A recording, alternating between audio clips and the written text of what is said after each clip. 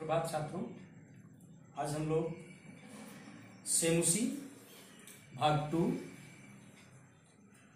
वर्ग दशम के बच्चों के लिए पंचम पाठ को लेकर के आए हैं, जिस शीर्षक का नाम है बुद्धि बलवती सदा, अर्थात बुद्धि सदा बलवती होती है। यह इसका संकलन ग्रंथ है सुख सप्तति। सुख सप्तति से यह लिया गया चैप्टर है। इस पाठ में दो छोटे छोटे पुत्रों के साथ जंगल के रास्ते से पिता के घर जा रही बुद्धिमती नामक नारी के बुद्धि कौशल को दिखाया गया है। इसमें रास्ते में एक बाघ दिखता है और उस बाघ को देखकर वह नारी अपने बच्चों से कहती है कि तुम लोग एक बाघ के लिए लड़ रहे हो, जिसको तुम लोग बांट बांट के खाओगे। और इस बात को सुनकर बाघ डर जाता है और वो रास्ता बदल लेता है। तो बुद्धि के द्वारा उस बाघ से भी कैसे वो लोग बच पाते हैं, इस चैप्टर में बताया गया है। अस्ति देउल आख्यो ग्रामः, देउल नाम का एक गांव है। तत्र राजसिंह नाम राजपुत्र वसति अस्म, वहां राजसिंह नाम का राजपुत्र रहता था। एकदा एक दिन केन अपि आवश्यक कार्येन, एक दिन किसी आवश्यक कार्य से तस्य भार्या, उसकी पत्नी बुद्धिमती, पुत्र द्वयो उपेता, पुत्र द्वयो मतलब दो पुत्रों को उपेता लेकर पितुः गृहम, पिता के घर प्रति चलिता, यानी पिता के घर जाती है। मार्गे रास्ते में गहन कानने, भीषण जंगल में, सा एकम व्याघ्रम ददर्श, उसने एक बाघ को देखा।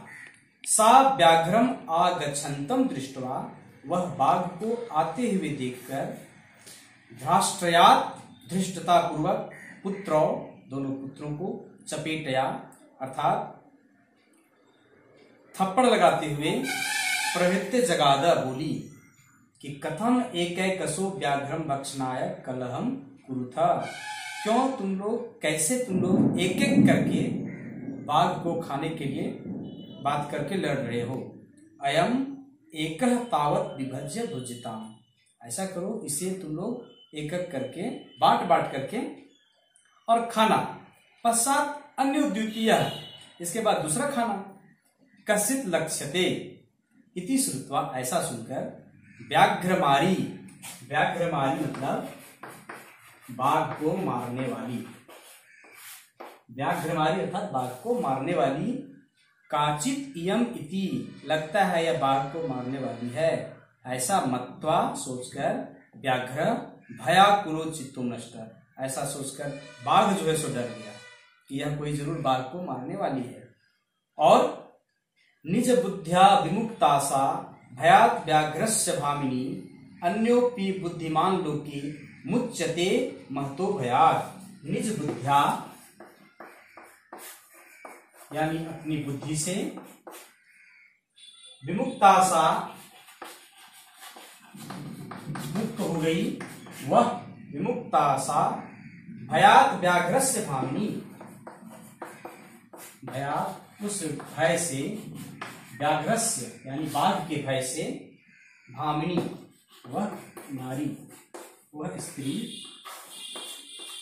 अपनी बुद्धि से बाघ के भय से, सा भामिनी वह नारी विमुक्त हो गई। अन्यो अपि बुद्धिमान लोके, इसलिए अन्य भी, अन्यो अपि अन्य भी जो बुद्धिमान हैं संसार में, बुद्धिमान लोके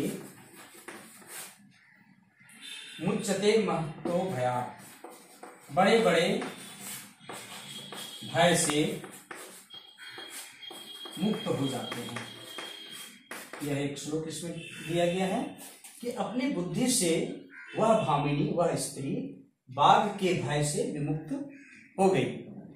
अन्य बुद्धिमान लोग, अन्य भी जो बुद्धिमान है संसार में, वे बड़े बड़े भय से भी मुक्त हो जाते हैं। यह इसका भाव है। आगे देखिए, भयाकुलम व्याघ्रम दृष्ट्वा कश्चित् धूर्तः श्रीगाल हसन,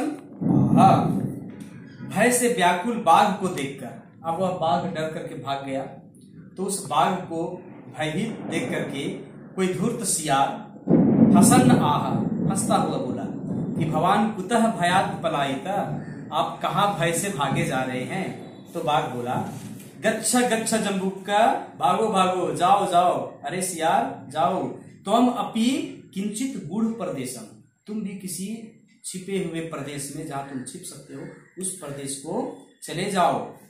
यह तो क्योंकि व्याघ्र मारी इति, बाघ को मारने वाली, या शास्त्रे श्रूयति, जो शास्त्र में सुना जाता है कि बाघ को मारने वाली कोई अतिथि, तया अहम हंतुम आरब्ध, उसके द्वारा हम मारे जाते, परम गृहित कर जीवितो नष्ट शीघ्रम तदगत, वो हमको पकड़ लेती, हम बच करके भाग करके यहां से जा रहे हैं। जाओ जाओ सियार, तुम भी किसी गुप्त स्थान पर जाओ, क्योंकि बाघ को मारने वाली जो शास्त्र में सुनी जाती है उसके द्वारा मैं मारे जाने वाला था, परंतु प्राणों को हथेली पर रख करके जल्दी से उसके आगे से भाग आया। सियार कहता है, व्याघ्र बाघ त्वया महत कौतुकम आवेदितम यन मानुषादपि विवेशी, तुम बड़ा जो है सो मजाक कर रहे हो या बड़ा कौतूहल की बात कर रहे हो कि क्या कोई मनुष्य बाघ को मार सकता है, कोई स्त्री बाघ को मार सकती है? बाघ कहता है कि प्रत्यक्षम एवं, प्रत्यक्ष ही मया, मैंने सात्म पुत्रो एकैकसो माम अतुम कलह कलहाय मानो चपेटया परहंति दृष्टा, मतलब कि हम खुद अपनी आंख से देख करके आ रहे हैं। अपने दोनों बच्चों को समझा रही थी कि तुम लोग एक साथ लड़ रहे हो, बाघ को बांट बांट के खाना, पहले तुम खाना उसके बाद तुम खाना।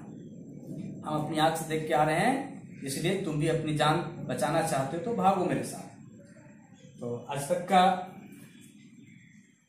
इसी वाक्य तक हम लोग पढ़ते हैं, फिर आगे का जो गद्यांश दिया गया है अगले दिन हम पढ़ेंगे।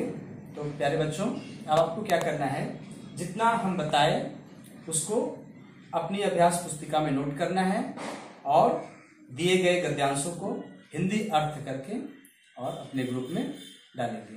धन्यवाद।